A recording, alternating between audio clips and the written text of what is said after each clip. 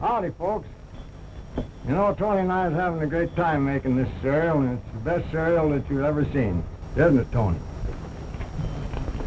I'd like to stay here all afternoon, but I've got a lot of stunts to do today, and I'm late now. But however, we're going to have some advanced showing of some of the scenes, and I hope you like it. All right, Tony, let's go.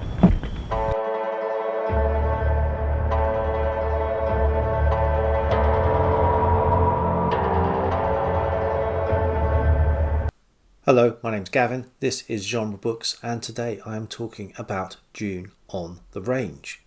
It is the fault, or the reason, June on the Range, that I now read westerns. I first took part in the event 2 years ago, really enjoyed it, and got the bug.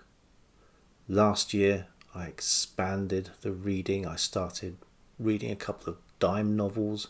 I read The Administratrix, which was a real eye-opener, and I read The Virginian by Owen Wister, as well as Zanes of Grey and Louis L'Amour. I am very happy to have been asked by Michael K. Vaughan to be a co-host for this year's event. So I'm going to go through some of the books I hope to be getting to. I have a pile of books as high as an elephant's eye, and I'm starting with the two authors who you ought to read to take part in June on the Range. I don't think it is a absolute requirement. I think you just have to read a western. But if you really want to get into it, read a Zanes of Grey book and a Louis L'Amour book. Zanes of Grey should be nice and easy for me this year. I will be continuing my 50 Zanes of Grey personal little project where I'm trying to read 50 of his books. Not all westerns, but largely westerns.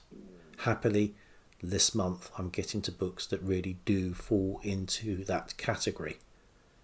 The Heritage of the Desert, Riders of the Purple Sage, both of which I have in ebook. The Rainbow Trail, which I do actually have a hard copy of, and Desert Crucible. Now I think those last three books are all one trilogy. I have read the first three books in the Sackets series by Louis L'Amour over the past couple of years, so I didn't get round to this one last year. I'm taking another stab at Jubal Sackett. And if I don't get to the Sackets, my other Louis L'Amour choice will be The Quick and the Dead. One series of books that this reading event has introduced me to is Edge by George G. Gilman. So I will be going out of order a little bit. I don't think it matters that much. This is book number 7 in a series of God knows how many, California Killing. But I couldn't leave well enough alone with that.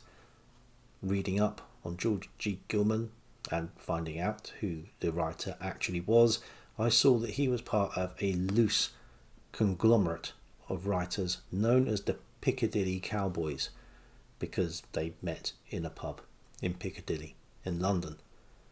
They all wrote in the late 70s and 80s ultra-violent westerns, and George G. Gilman really wasn't alone here. We have other examples which I hope to get to. Breed by James A. Muir, Jubalcade by Charles R. Pike. Now I've read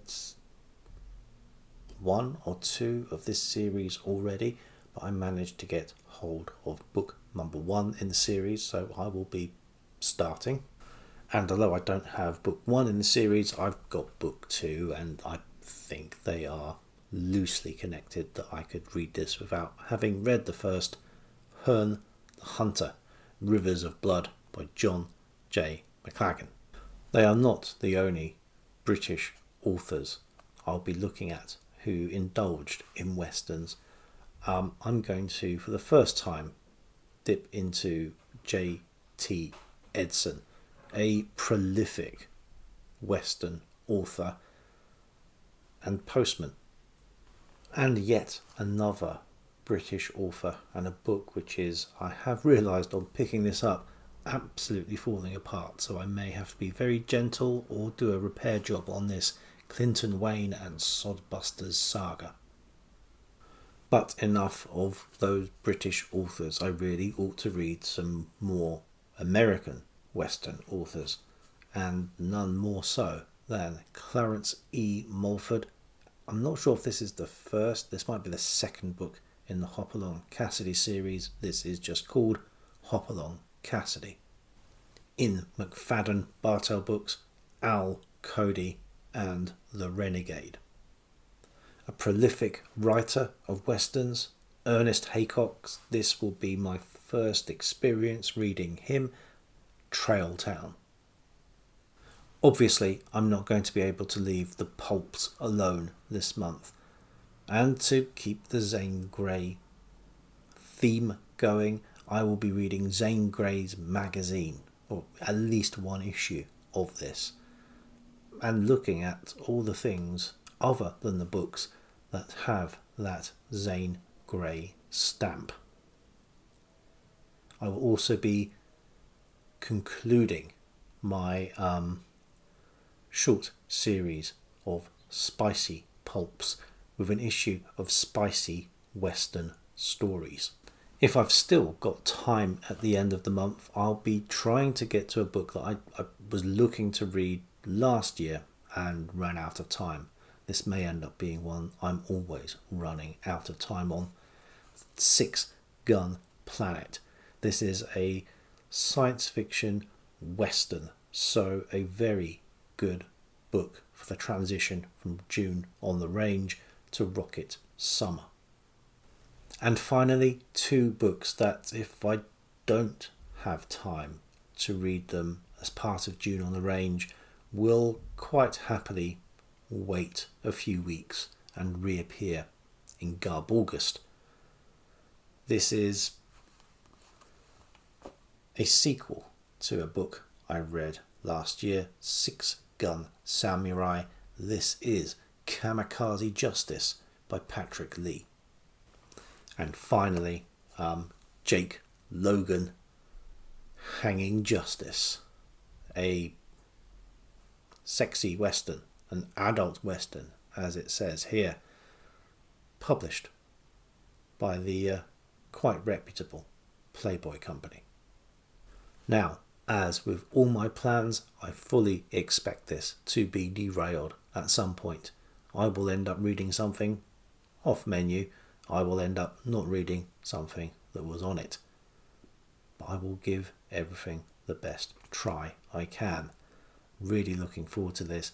Happy to be asked to join in and join the posse. And I hope that people will, if they haven't experienced a western before, find the time to pick one up. For reference and to save you pennies, I think I will link here at the end my video from last year. 3 westerns available on Project Gutenberg. But until next time.